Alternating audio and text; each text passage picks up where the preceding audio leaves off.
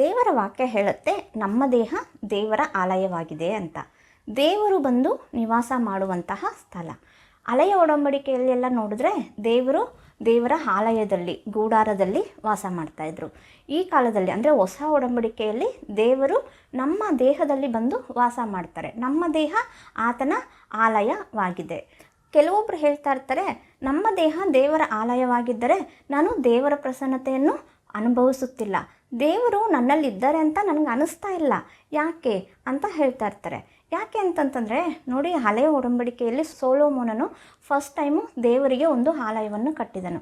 ಆತನು ಕಟ್ಟಿದಾಗ ನಾವು 1 ಅರಸುಗಳು 6ನೇ ಅಧ್ಯಾಯದಲ್ಲಿ ಪೂರ್ತಿ ನೋಡಿದ್ರೆ ಅದನ್ನು ಎಷ್ಟು ವೈಭವವಾಗಿ ಆತನು ಕಟ್ಟಿದನು, ಯಾವ ರೀತಿ ಅದನ್ನು ನಿರ್ಮಿಸಿದನು ಅಂತ ನಾವು ಅಲ್ಲಿ ನೋಡ್ಬೋದು.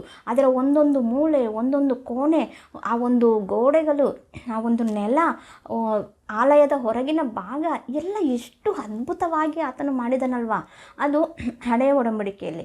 ಹಾಗಾದರೆ ಹೊಸ ಒಡಂಬಡಿಕೆಯಲ್ಲಿ ನಾವು ದೇವರ ಆಲಯವಾಗಿದ್ದರೆ ನಾವು ದೇವರ ಆಲಯವನ್ನು ಎಷ್ಟು ಚೆನ್ನಾಗಿ ಕಟ್ಕೊತಾ ಇದ್ದೀವಿ, ಯಾವ ರೀತಿ ಅದನ್ನು ಇಟ್ಕೊತಾ ಇದ್ದೀವಿ.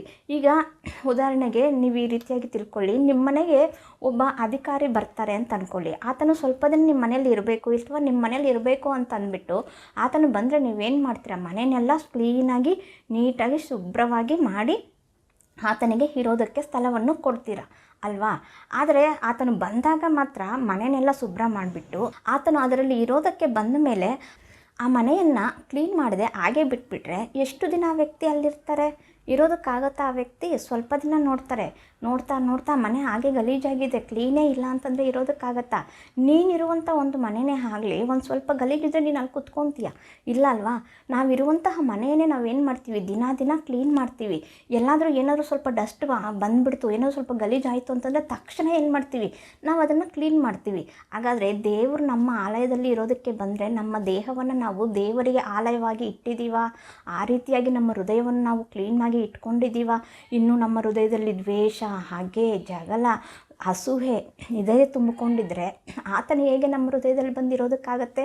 ಇದೆಲ್ಲ ಇರುವಾಗ ಆತನಿಗೆ ಹೇಗಿದೆ, ಒಂದು ಗಲೀಜಾಗಿ ಇರುವಂತಹ ಒಂದು ಮನೆಯಾಗಿ ಇರುತ್ತೆ. ಹಾಗಾದರೆ ದೇವರು ಹೇಗೆ ನಮ್ಮ ಹೃದಯದಲ್ಲಿ ಬರ್ತಾರೆ, ದೇವರು ಹೇಗೆ ನಮ್ಮಲ್ಲಿ ನಿವಾಸ ಮಾಡ್ತಾರೆ? ನಾವು ಅದನ್ನು ಗ್ರಹಿಸಿ ನಮ್ಮ ದೇಹವನ್ನು ನಾವು ದೇವರ ವಾಕ್ಯದಲ್ಲಿ ದಿನೇ ಶುಭ್ರಪಡಿಸಬೇಕು. ಒಂದಿನ ಮಾಡಿ ಬಿಟ್ಬಿಟ್ರೆ ಅಲ್ಲ, ತುಂಬ ಕಷ್ಟಪಟ್ಟು ದೇವರೇ ನನ್ನಲ್ಲಿ ಬಾ ಅಂತ ಪ್ರಾರ್ಥನೆ ಮಾಡಿ ನಮ್ಮನ್ನು ತುಂಬ ಕ್ಲೀನಾಗಿ ಇಟ್ಕೊತೀವಿ. ದೇವರು ಬಂದ ಮೇಲೆ ಅದನ್ನು ಕ್ಲೀನ್ ಮಾಡೋದನ್ನೇ ಬಿಟ್ಬಿಡ್ತೀವಿ. ಅದಕ್ಕೆ ನಮ್ಮಲ್ಲಿ ಕೆಲವೊಬ್ಬರಿಗೆ ದೇವರ ಪ್ರಸನ್ನತೆ ಅನುಭವ ಆಗ್ತಾ ಇಲ್ಲ, ದೇವರು ನಮ್ಮಲ್ಲಿ ಇದ್ದಾರೆ ಅಂತ ಅನುಭವ ಆಗ್ತಾ ಇಲ್ಲ.